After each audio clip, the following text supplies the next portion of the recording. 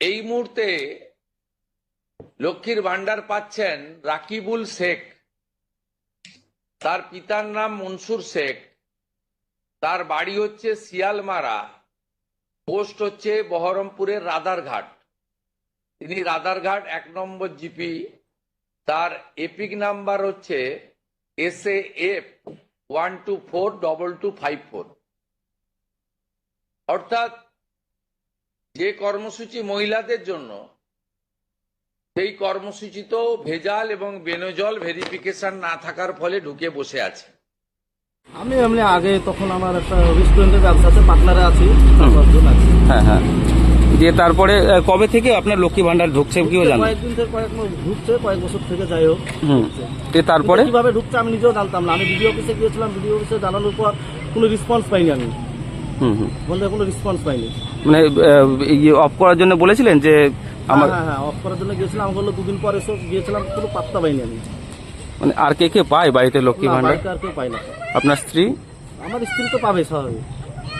এই যে আজকে মুখ্যমন্ত্রী যে আপনার নাম করলো, কি মনে ভাবছেন, কিভাবে হলো এটা ঘটনাটা? যেটা হবে সরকার নিয়ম অনুসারে সেটা করতে হবে আর কি। প্রায় কতদিন থেকে পাচ্ছেন মনে হচ্ছে, আপনার কতটা জানেন? 2 বছর থেকে এরকম হবে, 2 বছর 1.5 বছর। কিভাবে ঢুকেছে আমি নিজেও জানি না, কিভাবে ঢুকেছে আমি নিজেও জানি না। অ্যাপ্লাই কিভাবে হয়েছে, অ্যাপ্লাই তাও জানি, আমি তো অ্যাপ্লাই করিনি। মানে যে অ্যাপ্লাই না করেও পাচ্ছেন, মানে এর জন্য কার কাছে গেছিলেন?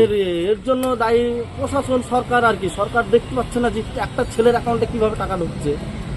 সেটাও যাচাই করা দরকার ছিল। এখন এই লক্ষ্মীর ভান্ডারটা দুর্নীতি হয়েছে বলে আমার কাছে এখন সবাই। এই যে মুখ্যমন্ত্রী যে আজকে নাম করলো, কতটা খারাপ লাগছে বলে মনে বিশাল খারাপ, বিশাল। যে এই দুর্নীতিতে হওয়ার কারণ কি মনে হচ্ছে? তৃণমূল সরকার? না, রাজনীতি লেভেলের সঙ্গে তো যুক্ত নেই আমি। কোন কি করে হলো জানে, হয়তো আশেপাশে দুশ্মন থাকতেও পারে।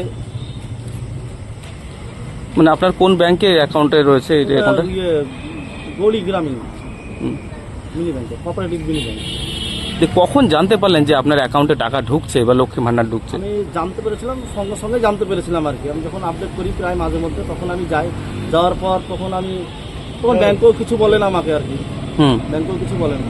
4-5টা বন্ধুর কাছে পরামর্শ নিলাম, তারা ভালো ডিপার্টমেন্টে জব করে। তারপর ওরা বললো যে ঢুকুক, অসুবিধা নাই। ভিডিওতে যাওয়ার পর আমি এটা বলেছিলাম। কোন অফিসে, কোন দপ্তরে গিয়েছিলেন আপনি? ভিডিও অফিসে গেছিলাম। বিডিও অফিস থেকে কি ছাড়া দিয়েছে?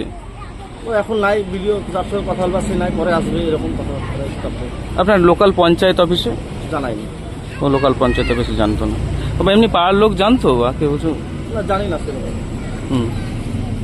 মানে কি চাইছেন যে আজকে মুখ্যমন্ত্রী আপনার একবারে পুরোপুরি আপনার নাম করলো, এবার নাম করার পরে এর মধ্যে তো কোনো সাজেশ এটা যদি যাচাই করে দেখতে যায় তো মনে হয় 45% বা 40% আছে এরকম।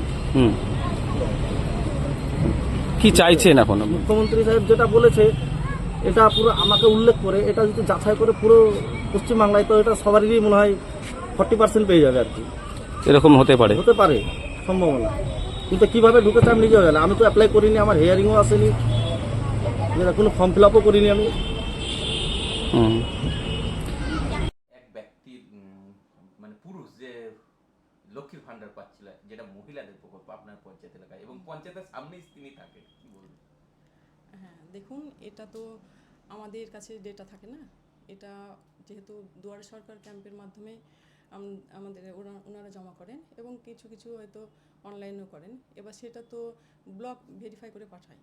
তো সেহেতু হয়তো হয়েছে, সেটা আমাদের জানা ছিল না এবং আমাদের আইডিয়ার মধ্যেও ছিল না। আমাদের কাছে কিছুদিন আগে একটা এসেছিলো এরকম, যেটা ভুলবশত হয়তো হয়েছিল। একবারই পেয়েছিলেন উনি, তো সেটা আমরা ব্লকে জানিয়ে ওনার নামটা ডিসকানেক্ট করেছিলাম। এই যে এইসব প্রকল্প, লক্ষ্মীর ভান্ডার বলুন বা অন্যান্য যে সামাজিক, সেখানে পঞ্চায়েত প্রধানের কি ভূমিকা থাকে না? না, এগুলোতে পঞ্চায়েত প্রধানের ভূমিকা থাকে না। আমরা যখন জানতে পারি যে না, এই ডেটে হয়তো দুয়ারে সরকার ক্যাম্প হবে, তখন আমরা সেটা অ্যানাউন্স করিয়ে দিই। যেমন এর ক্ষেত্রে বাড়ি দেওয়ার ক্ষেত্রে পঞ্চায়েত প্রধানের দ্বারা একটা ইনকোয়ারি হয়, সেই সব ইনকোয়ারি কি করেন? না, পঞ্চায়েতের প্রধানের দ্বারা ইনকোয়ারি হয় না। এখন যেটা হয়েছিল, আমাদের দ্বারা নামটা দেওয়া হয়েছিল, তারপর ইনকোয়ারিটা সরকার পক্ষ থেকে 2বার 3বার 4বার এবার সেরকমভাবে করা হয়েছে, ইনকোয়ারি করা হয়েছে। সেটা আবার বিভিন্ন দপ্তর থেকে। আমাদের পঞ্চায়েতের ইনকোয়ারি অন্য পঞ্চায়েতের কিংবা অন্য দপ্তরের অফিসার এসে করেছেন, এইরকমভাবে হয়েছে। এই যে আপনার বাড়ির কাছে মানে এবং পঞ্চায়েতের সামনে কোনোদিন জানতে পারেননি এরকম হয়েছিল বা কিছু? না না সেটা আমাদের জানার কথাই নয়, সেটা আমাদের জানার কথা না, কারণ এটা ডেটা তো কোনোটুকুই থাকে না পঞ্চায়েতের কাছে, থাকলে হয়তো থানা ঘুষ শুনেছিলেন বা কিছু? না না না কোনোদিনই কোনো শুনিনি। এখন যদি এর বিরুদ্ধে ব্যবস্থা কি বলবেন, মানে এই যে এটা তো একটা অপরাধ, এর বিরুদ্ধে কি কোনো ব্যবস্থা নিতে বলবেন বা কি? হ্যাঁ সেটা ব্লক ভেবে দেখবেন যে না কিভাবে কি স্টেপ নেওয়া যায়।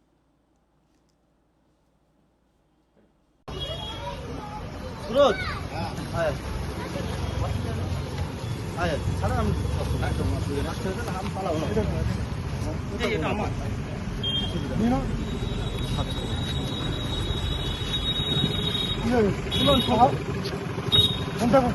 বলে এটা বাড়ির সঙ্গে বাড়ির সঙ্গে